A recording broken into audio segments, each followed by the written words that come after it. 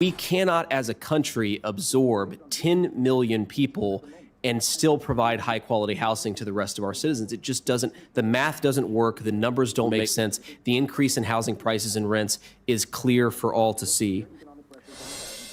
And that is Ohio Senator J.D. Vance on one more reason to control the flow of illegal immigrants breaching America's borders. America's home ownership becoming more expensive with the influx of millions crossing illegally right now. On Friday, President Biden officially lifted Title 42, the successful Trump-era border policy which allowed rapid expulsion of migrants.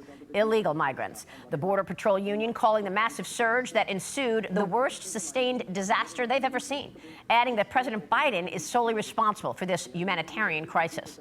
Border agents have been apprehending more than 10,000 illegals every day since Title 42 was lifted, and housing them is at overcapacity. So the administration directed border agents to just release the migrants into the population until a federal judge on Thursday evening blocked the administration from implementing that policy, which would have allowed for the release of migrants without court dates, sparking outcry from several states. Joining me right now, two of the premier law enforcement officials in the country, Florida Attorney General Ashley Moody and Texas Attorney General Ken Paxton. Great to see you both. Thank you so much for being here.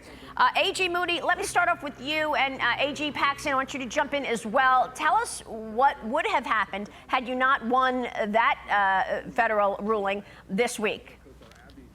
Well, exactly what they planned all along, Maria. And you covered in your last segment, and kudos to you for pointing it out. The media has dropped the ball on so many critical issues to the security of this nation, including those pouring into our country. So the state of Florida saw in month one of the Biden administration that they started mass releasing people into the interior. No other Democratic or Republican president had done anything like that in their administration. Although they will tell you differently, and the media will report that and copy that they have. That is not true. So within the first month, those that they were releasing into the interior, right, without pushing forward any sort of proceedings, went up 571%. So we saw this happening over the course of 2 years of the Biden administration. Right. They cut detention capacity at the same time. They went to Congress and said, don't give us money, don't give us more detention. We don't need it. Mayorkas went out there and said, we can control the border. We are securing the border. So while that last administrative Title 42 protection was in place, behind the scenes, they were breaking down systematically our immigration security structures. And so when Florida brought suit, we said, look, they're mass releasing people into the U.S. illegally. A judge agreed with us. We took him to trial. He said, yep, can't mass release people into the U.S. That's against the law, Biden, Mayorkas. And they did it anyway. We uncovered secret memos showing their plan was to step back and let everybody flood in. Wow. And who reported that? You were on top of that, Maria, but I can tell you the mainstream media, as we were recovering secret memos, as we were laying out their plan, no one covered it. Yeah. But now, as they're watching our country be invaded, hopefully somebody will pay attention. Wow. Well, let me say, first of all, I want to say thank you to Ashley Moody for filing that original lawsuit and finding that secret memo, and then also filing for an injunction to stop what's going on now. Texas is doing something very similar, as Mayorkas is out saying that the border's under control, which we all know is an absolute lie. But we had a case that's set for trial in the middle of June that was trying to stop them from flying in 30,000 illegal immigrants from places like Nicaragua and Venezuela and Haiti and Cuba. And we've added this portion, which is now, with this memo they put on May 10th, literally a day before this Title 42 policy was going away, where they said they were just going to release people into the public, and they were supposed to provide their addresses and then report back in 60 days. Totally ludicrous. We have no way to track these people. They're going to be released into the country, and it's completely illegal. This is unbelievable. And, you know, it's so stunning to look at the DOJ and the FBI completely blowing off the laws of this country. I know that you both were watching and listening to the last segment that I had with Congressman James Comer. And, you know, a stunning admission from Comer that these whistleblowers, or at least one informant, is now missing. What can be done here in terms of the DOJ and the FBI? Are they corrupt as well?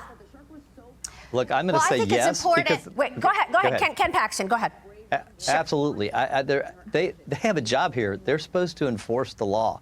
And we know that there's all this information about the Biden administration and about his family.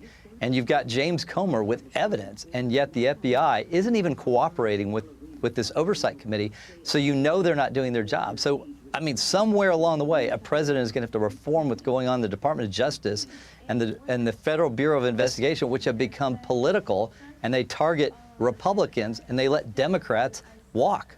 Ashley. Well, think about the duplicity in what's taking place in the immigration matter. They waited until Title 42 expired to ask a federal judge to stay the ruling that it was illegal to mass release all of these people. So you have a federal judge yesterday that said, it seems like Mayorkas may be untruthful here because they've waited so long to ask for a stay, meaning they wanted to wait till the last minute, so it was this emergency that they created so they'd have to let everyone in. It's almost like Mayorkas is Kaiser Sose, right? Like he has this plan the whole time. He asked for less detention capacity. Yeah. He asked for less money. His plan is unfolding, and all along the way, he's like, we're managing it. It's tough, but we're managing it. Don't worry. Yeah. Don't give us more resources. We got it.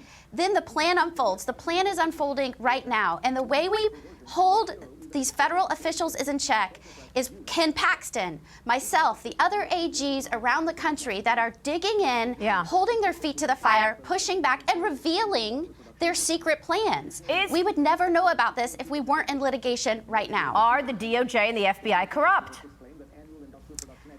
I believe that there are steps that these administrative agencies are taking with the authorization and oversight of this White House, the handlers of Biden, that are agenda-driven and untruthful, and they are directly violating federal law. So you tell me. There's an impact here, Ken Paxton, in terms of the cost. What is the cost to Texas? What is the impact on Texas? Look, and this is sad to say, the Biden administration knows the cost. They plan for the cost. They're sending these illegals to Texas and Florida, Republican states, because there's an economic cost. We have to educate, healthcare, law enforcement. The list goes on, but there's also a social cost. We have more crime. We have more drugs. Yeah. The Biden administration knows that Republican states have been more successful and economically prosperous than Democratic states, and people are voting with their feet by coming to our states. So the Biden administration has set this thing up so that we have problems that we wouldn't have had but for the Biden administration pushing these illegal immigrants into our states.